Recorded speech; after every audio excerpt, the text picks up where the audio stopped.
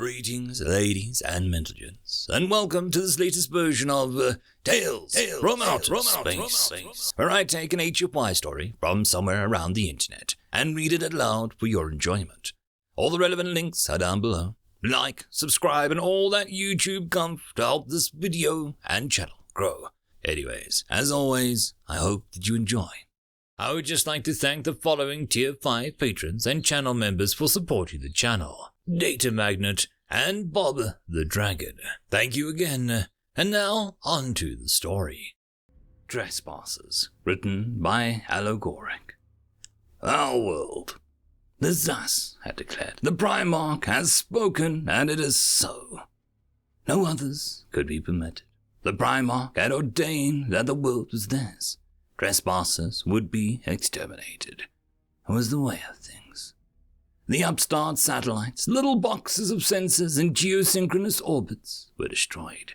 Scans quickly located their communities, a tiny cluster of habitations close to the equator.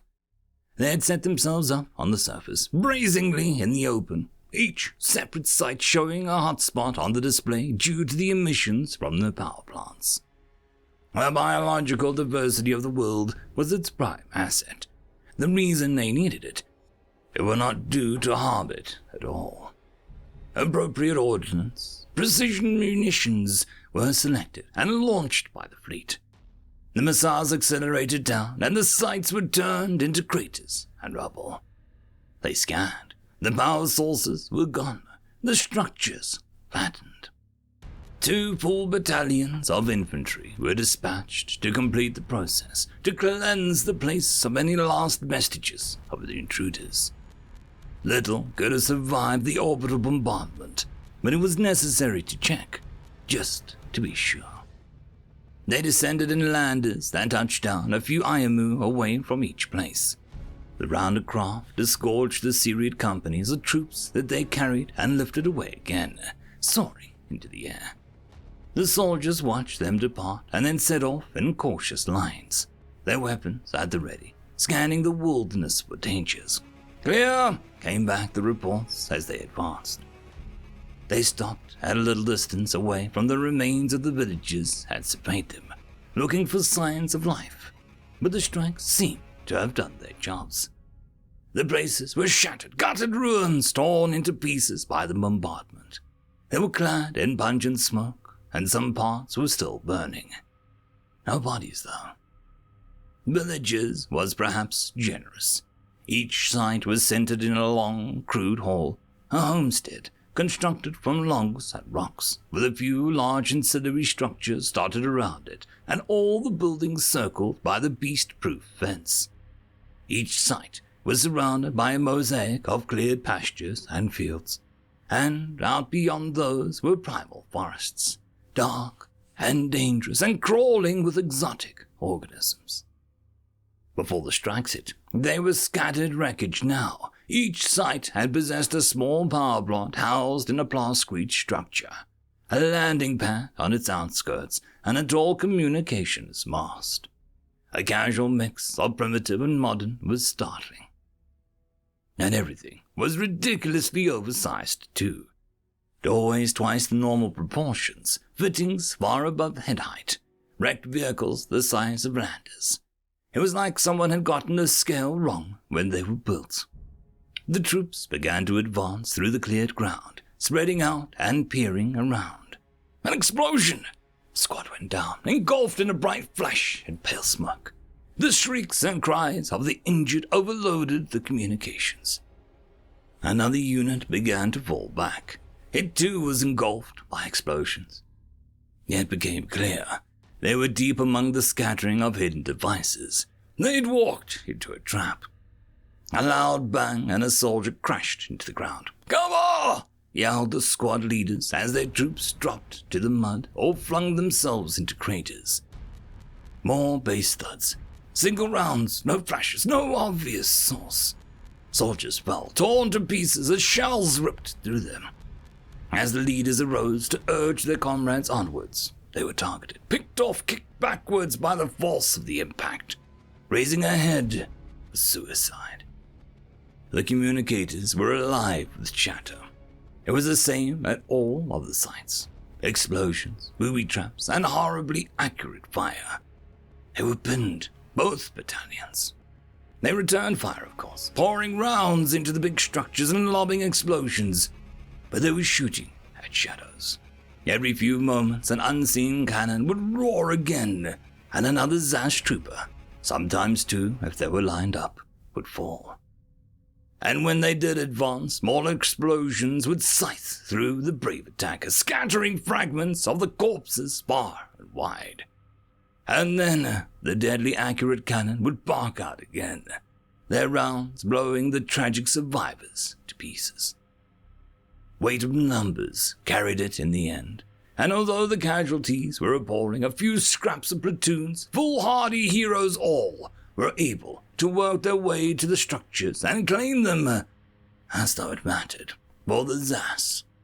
But even that was a dance of death. Every heap of rubble or pile of logs was as likely as not to contain explosive trap that would shred through them. The battalions had been shattered, and they had yet to see a glimpse of their foe. The remnants of their units were scattered, and the few remaining soldiers huddled behind the shelter or deep within craters, praying to the ancestors that were well enough hidden. They began to spot the bunkers once they knew what they were looking for. Exquisitely camouflaged, superbly sighted masterpieces of military engineering. And for certain, they were the sights of the artillery. Every now and again a boom would ring out from one of them, and another soldier, peering out from cover, would drop. Command notified the fleet, and a wave of reinforcements were sent.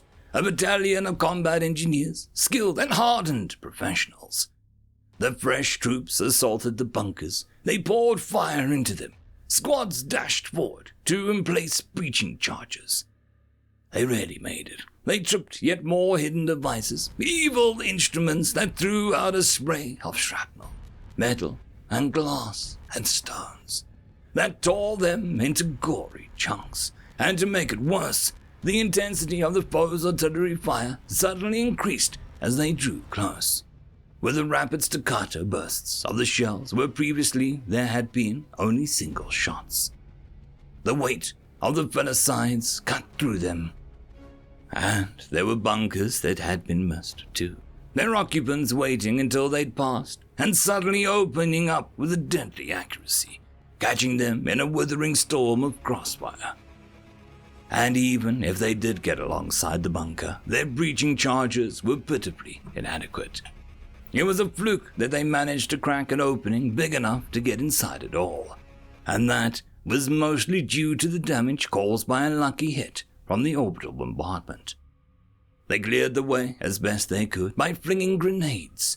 Thuds rang out as they detonated, and dust filled the air. The engineers advanced, scrambling through the jagged crack and into the inky void beyond. There were demons within, actual demons. The interior was dark and thick with smoke, but they were there, and they could sense the soldiers. The monstrous weapons they wielded lit the space with their flashes and deafened with their roars. The rounds ripped clean through bodies, ranks at a time, and still punched holes in the walls. Return fire was heaped blindly on their positions, and rounds impacted, striking and kicking up sprays of dirt and debris. Ineffectively, it seemed. Armor, or walls, or alcoves, or perhaps their thick hides had protected them, as their terrible weapons opened up again, tearing through the scrambling masses that had made it inside.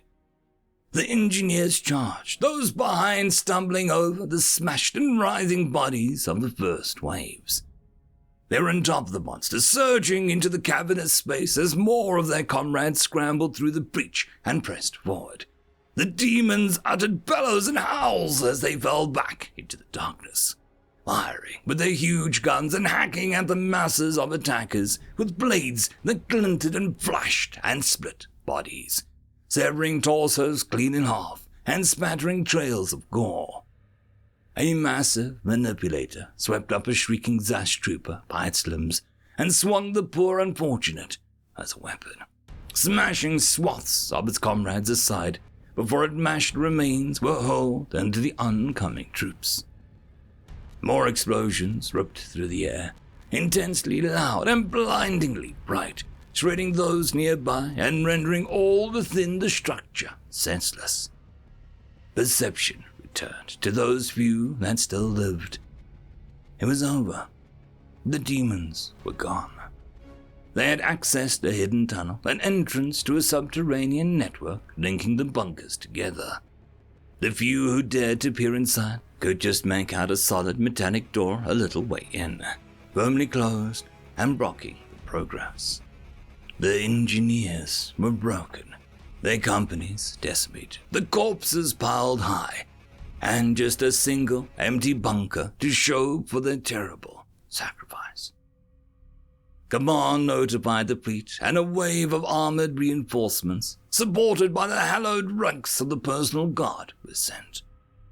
They landed a few emu away from the sites and formed up, dividing into powerful task forces. The vehicles trundled off towards their targets, drawing as near as they dared, and brought their turrets to bear, blasting the bunkers with their heavy guns. They continued shooting until the barrows were glowing hot and their ammo was gone. The bunkers had been pitted and smashed by the heavy fire, and blessings from the ancestors had been cracked open, holes just big enough for a few soldiers to scramble through. The demons did not return fire.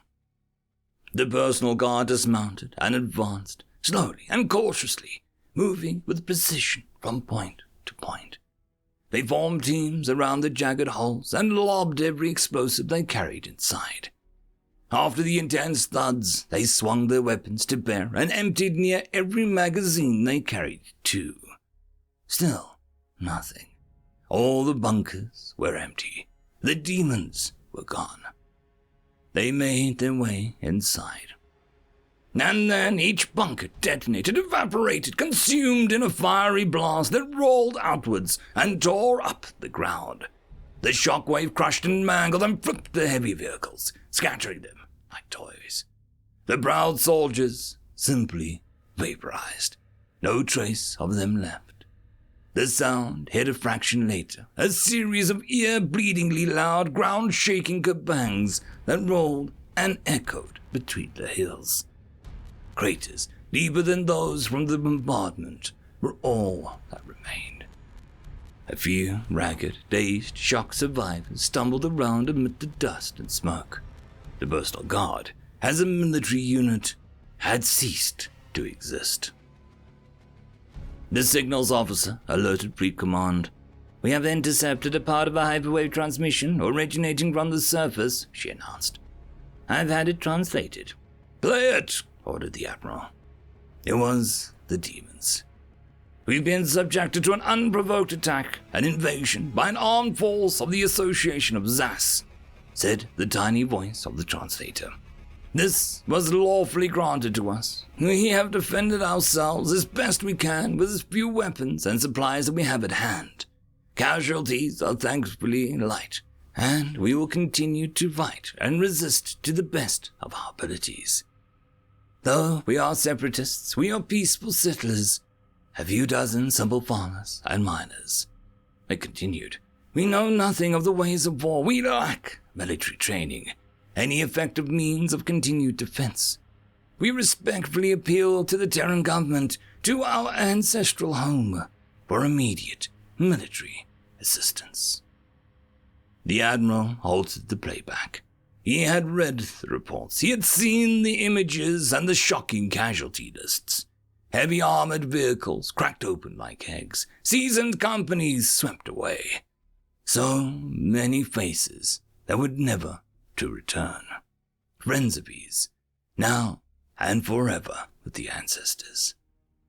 A few simple farmers. What must their soldiers be capable of? End of story. And that, my friends, concludes this video. I hope that you enjoyed, and if you do, please consider supporting the author, even by popping over and leaving a thumbs up or a nice comment, just to show your appreciation for the story. However, if you wish to support this channel, there are links down below which will help immensely. I will see you all in the next one, and until then, I hope that you have a fantastic day. Cheers.